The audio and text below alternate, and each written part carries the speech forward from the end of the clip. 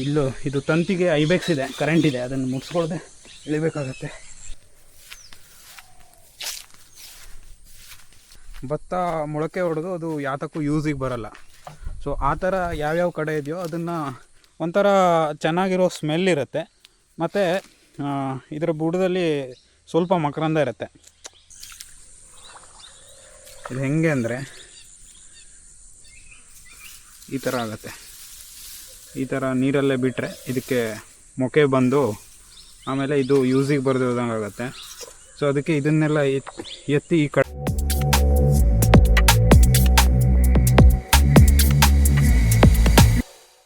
ಈಗ next part ಏನಂದರೆ, ಗದ್ದೆಯಿಂದ ಈಗ ಮತ್ತೆ ಮನೆಗೆ ಹೋಗ್ತಾ ಇದ್ದೀನಿ. ಯಾಕೆ ಅಂದರೆ ಟೈಮು 5 ಗಂಟೆ ಆಯಿತು. ದನ ಹಸುಗಳನ್ನು ಮೇಯಕ್ಕೆ ಬಿಟ್ಟಿರ್ತೀವಲ್ಲ, ಸೊ ಈ ಟೈಮಲ್ಲಿ ಕೆಲವೊಂದು ಸಲ ಅವು ಮನೆ ಕಡೆ ಹೋಗಲ್ಲ. ನಾವೇ ಎಲ್ಲಿದ್ದಾವೆ ಅಂತ ನೋಡಿ ಅವುಗಳನ್ನು ಕೊಟ್ಟಿಗೆಗೆ ತಗೊಂಡು ಹೋಗಬೇಕು, ಹೊಡ್ಕೊಂಡು ಹೋಗಬೇಕು. ಸೊ ಅದಕ್ಕೆ ನನಗೆ ಗದ್ದೆಯಿಂದ ಬರ್ತಾ ನಮ್ಮನೆ ದನಗಳೇ ಎಲ್ಲಿದ್ದಾವೆ ಅಂತ ಕಾಣ್ತು.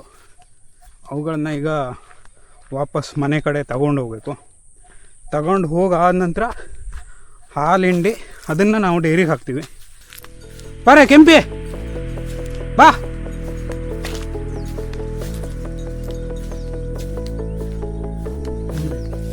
ಬೇರೆ ಕಡೆ ಬೇರೆ ಮನೆ ದನನೂ ಇದ್ದಾವೆ ಇಲ್ಲಿ, ಬಟ್ ನಮ್ದು ಯಾವ್ಯಾವುದು ಅಂತ ನೋಡಿ ತಗೊಂಡು ಹೋಗ್ಬೇಕಾಗುತ್ತೆ.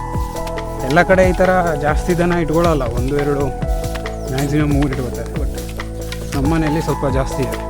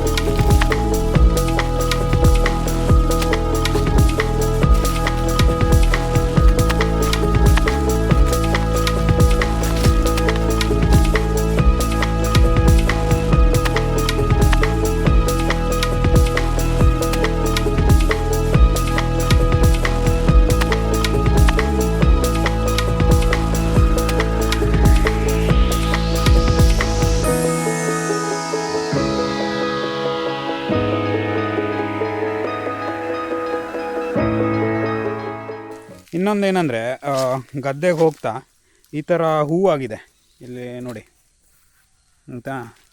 ಇದು ಯಾರು ಬೆಳೆಸಿದ ಹೂವೇನಲ್ಲ, ತಾನಾಗೆ ಆಗುವಂಥ ಹೂವು. ನಾವು ಇದಕ್ಕೆ ಗುರ್ಗೆ ಹೂವು ಅಂತ ಹೇಳ್ತೀವಿ. ಒಂಥರ ಚೆನ್ನಾಗಿರೋ ಸ್ಮೆಲ್ ಇರುತ್ತೆ. ಮತ್ತು ಇದರ ಬುಡದಲ್ಲಿ ಸ್ವಲ್ಪ ಮಕರಂದ ಇರುತ್ತೆ. ನಾವು ಬಾಯಿಗೆ ಹಾಕಿದ್ರೆ ಸ್ವಲ್ಪ ಸ್ವೀಟಾಗಿ ಆಗುತ್ತೆ. ಇದೇನೆಂದರೆ ಈ ಟೈಮಲ್ಲಿ ಅಷ್ಟೇ ಆಗುತ್ತೆ. ಇದು ಕಾಡು ಜಾತಿ ಹೂವು. ಸಾಧಾರಣ ಡಿಸೆಂಬರ್ ಜನವರಿ ಟೈಮಲ್ಲಿ ಈ ಥರ ಹೂವು ಆಗುತ್ತೆ ಇದು. ಎರಡನೇದಾಗಿ ಏನಂದರೆ, ಈ ಹೂವಿನಿಂದ ಜೇನು ಮಕರಂದ ಹೀರಿ ಜೇನುತುಪ್ಪ ತಯಾರಿಸ್ತವೆ. ಸೊ ಇದು ಈ ಗಿಡದ ಒಂದು ವಿಶೇಷತೆ ಅಂತ ಹೇಳ್ಬೋದು. ಹಾಗೆ ಇದನ್ನು ದನ ಮತ್ತು ಎಮ್ಮೆ, ಕಾಡ್ಕೋಣನೂ ಈ ಥರ ಗಿಡಗಳನ್ನು ತಿಂತವೆ. ಹೂವು ಆದಮೇಲೆ ತಿನ್ನಲ್ಲ ಅಷ್ಟು. ಹೂವು ಆಗೋಕ್ಕಿಂತ ಮೊದಲು ಚಿಕ್ಕದಾಗಿರುತ್ತೆ, ಅದು ಸ್ವಲ್ಪ ರುಚಿಯಾಗಿರುತ್ತೆ ಅಂತ ಅನಿಸುತ್ತೆ. ಅದಕ್ಕೆ ಅವು ಇದನ್ನು ಮೇವಾಗಿ ತಿಂತವೆ. ಸೊ ಇದು ಗದ್ದೆಗೆ ಹೋಗ್ತಾ ಸಿಕ್ಕಿರುವಂಥ ಒಂದು ಕಾಡು ಜಾತಿಯ ಹೂವಿನ ಮಾಹಿತಿ.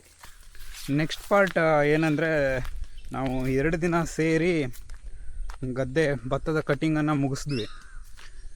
ಈಗ ನಿನ್ನೆ ಸ್ವಲ್ಪ ಇತ್ತು, ಅದನ್ನು ಮ್ಯಾನ್ಯಲ್ ಆಗಿ ಕಟ್ ಮಾಡಿದ್ವಿ. ಈಗ ನೋಡ್ಬೋದು ಯಾವುದೂ ಇಲ್ಲ, ಎಲ್ಲ ಕಟಿಂಗ್ ಮಾಡಿ ಮುಗಿದಿದೆ. ಈಗ ಏನು ಮಾಡಬೇಕಂದ್ರೆ, ಕಟಿಂಗ್ ಮಾಡಿ ನಾವು ಕೆಳಗಡೆ ಇಟ್ಟಿದ್ದೀವಲ್ಲ, ಅದು ಕೆಲವೊಂದು ಕಡೆ ನೀರಿದೆ. ಸೊ ಏನಾಗುತ್ತೆ ಅಂದರೆ, ಅದನ್ನು ಹಾಗೆ ಬಿಟ್ಟರೆ ಭತ್ತ ಮೊಳಕೆ ಹೊಡೆದು ಅದು ಯಾತಕ್ಕೂ ಯೂಸಿಗೆ ಬರಲ್ಲ. ಸೊ ಆ ಥರ ಯಾವ್ಯಾವ ಕಡೆ ಇದೆಯೋ ಅದನ್ನು ತೆಗೆದು ಬೇರೆ ಕಡೆ ಇಡಬೇಕು. ಅಂದರೆ ಒಣ ಹಾಕಬೇಕು. ಒಂದು 3-4 ಡೇಸ್ ಒಣ ಹಾಕಾದ ನಂತರ ನಾವು ಅದನ್ನು ಹುಲ್ಲನ್ನು ಕಟ್ಕೊಂಡು ಮನೆಗೆ ಹೋಗಿ ಭತ್ತವನ್ನು ಬೇರ್ಪಡಿಸ್ಬೇಕಾಗತ್ತೆ. ಸೊ ಮ್ಯಾನ್ಯಲ್ ಆಗಿ ಕಡ್ದು ಮುಗಿಸಿದ್ವಿ ಎಷ್ಟಿತ್ತು ಅದನ್ನು. ಉಳಿದಿದ್ದೆಲ್ಲ ಮಿಷನ್ನಲ್ಲಿ ಕಟಿಂಗ್ ಮಾಡಿರೋದಾಗಿತ್ತು. ಈಗ ಇಲ್ಲಿ ಅದಕ್ಕೆ ಗದ್ದೆಗೆ ಬಂದಿದ್ದೀನಿ ಈಗ. ಸೊ ನಮ್ಮ ತಂದೆಯವರು ಇದ್ದಾರೆ ಇಲ್ಲೇ, ಇಬ್ಬರು ಸೇರಿ ಈಗ ಅದನ್ನೆಲ್ಲ ಎತ್ತಾಕಿ ಮುಗಿಸೋದು. ಇಲ್ಲನಾ ಯಾವ ಗದ್ದೆಯಲ್ಲಿ ಹೇಳಿದ್ದ? ಇಲ್ಲೆಲ್ಲೋ ಬಿದ್ದಿತ್ತಿಲ್ಲ ಅಲ್ಲ?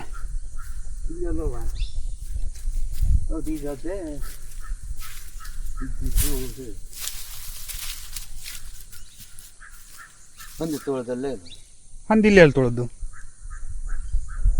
ಇಲ್ಲೇ ನಾ ಕೊಯ್ದ್ನಲ್ಲ, ಇದು ನೀನೆ ಕೊಯ್ದ್ನಲ್ಲ ನಾನು. ಇಲ್ಲೆಲ್ಲ ಕೊಯ್ದಿ, ಈ ಮೂಲೆಯಲ್ಲೆಲ್ಲ ಎಲ್ಲೂ ಇಲ್ಲ. ಇಲ್ಲಿಲ್ಲ. ಹಾಂ.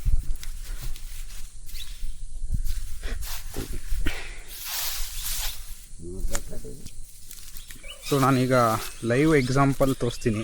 ಅಂದರೆ ಭತ್ತ ಮೊಳಕೆ ಹಿಡಿಯುತ್ತೆ, ನೀರಿರುತ್ತೆ ಅಂತ ಹೇಳಿದ್ನಲ್ಲ, ಕೆಲವೊಬ್ಬರಿಗೆ ಡೌಟ್ ಇರ್ಬೋದು ಅದು ಹೇಗೆ ಏನು ಅಂತ. ಸೊ ತುಂಬ ನೀರಿರುವಂತಹ ಗದ್ದೆಗಳಲ್ಲಿ ಈ ಥರ ಇರುತ್ತೆ ನೋಡಿ. ಇಲ್ಲಿ ನೀವು ನೋಡ್ತಾ ಇರ್ಬೋದು, ಫುಲ್ ಅರಳಿದೆ ಕಾಲು ನೋಡಿ, ಈ ಥರ ಹುಗಿಯುತ್ತೆ, ಫುಲ್ ನೀರಿರುತ್ತೆ ಬೇಸಿಗೆ ಆದರೂ. ಇಲ್ಲಿ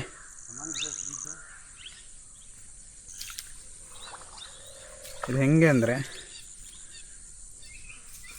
ಈ ಥರ ಆಗುತ್ತೆ.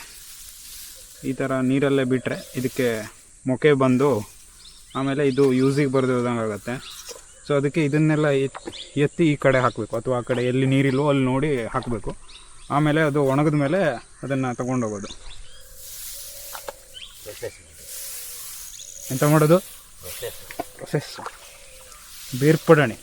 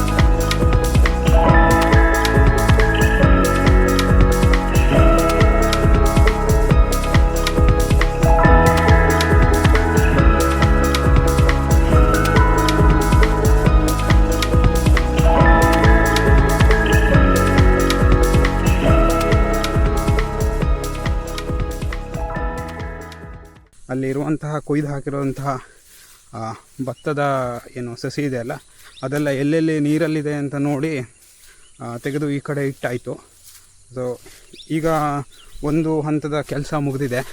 ನೆಕ್ಸ್ಟ್ ಏನಂದರೆ ಇದನ್ನೆಲ್ಲ ಕಟ್ಟಿ ತಗೊಂಡು ಹೋಗಿ ಬೇರ್ಪಡಣೆ ಮಾಡುವಂಥ ಕೆಲಸ.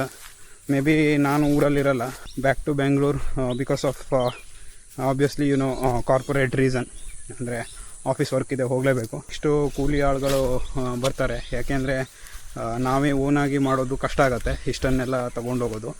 ಸೊ ಅದಕ್ಕೆ ಈಗ ಒಂದು ಹಂತದ ಕೆಲಸವನ್ನು ನಾವೇ ಮುಗಿಸಿದ್ದೀವಿ. ನೆಕ್ಸ್ಟ್ ಏನಂದರೆ ಇದನ್ನು ವಾಶ್ ಮಾಡಬೇಕು.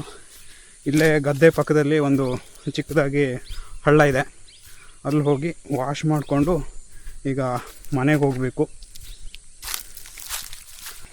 ಇನ್ನೊಮ್ಮೆ ನಾನು ಹೇಳ್ತಾ ಇರೋದೇನೆಂದರೆ, ಅಗ್ರಿಕಲ್ಚರ್ ಮಾಡೋದು ಈಸಿ ಇಲ್ಲ.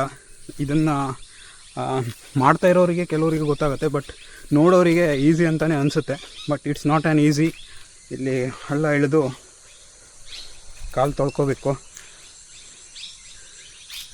ಸೊ ಇದು ತಂತಿಗೆ ಐಬೆಕ್ಸ್ ಇದೆ, ಕರೆಂಟ್ ಇದೆ, ಅದನ್ನು ಮುಟ್ಸ್ಕೊಳ್ದೆ ಇಳಿಬೇಕಾಗತ್ತೆ. ಅಯ್ಯಪ್ಪ,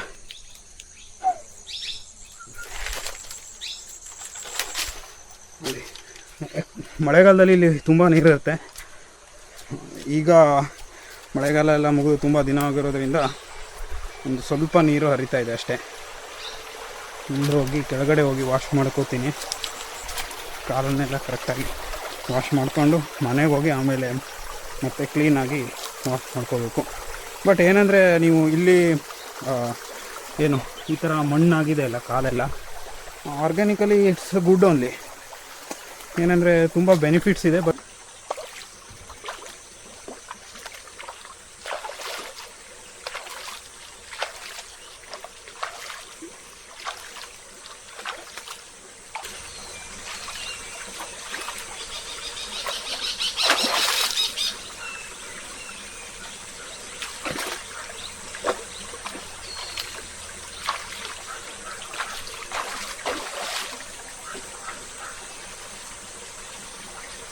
ಸೊ ಈ ವರ್ಕ್ ಫಾರ್ ಹೋಮ್ ಸೀರೀಸ್ನ ವೀಡಿಯೋಸ್ಗಳು ನಿಮಗೆ ಇಷ್ಟ ಆಗಿದ್ದರೆ ಒಂದು ಲೈಕ್ ಮಾಡಿ, ಶೇರ್ ಮಾಡಿ, ಹಾಗೆ ಚಾನಲನ್ನು ಸಬ್ಸ್ಕ್ರೈಬ್ ಮಾಡೋದನ್ನು ಮರಿಬೇಡಿ ಅಂತ ಹೇಳ್ತಾ ಮುಂದಿನ ವೀಡಿಯೋದಲ್ಲಿ ಮತ್ತೆ ಸಿಗ್ತೀನಿ.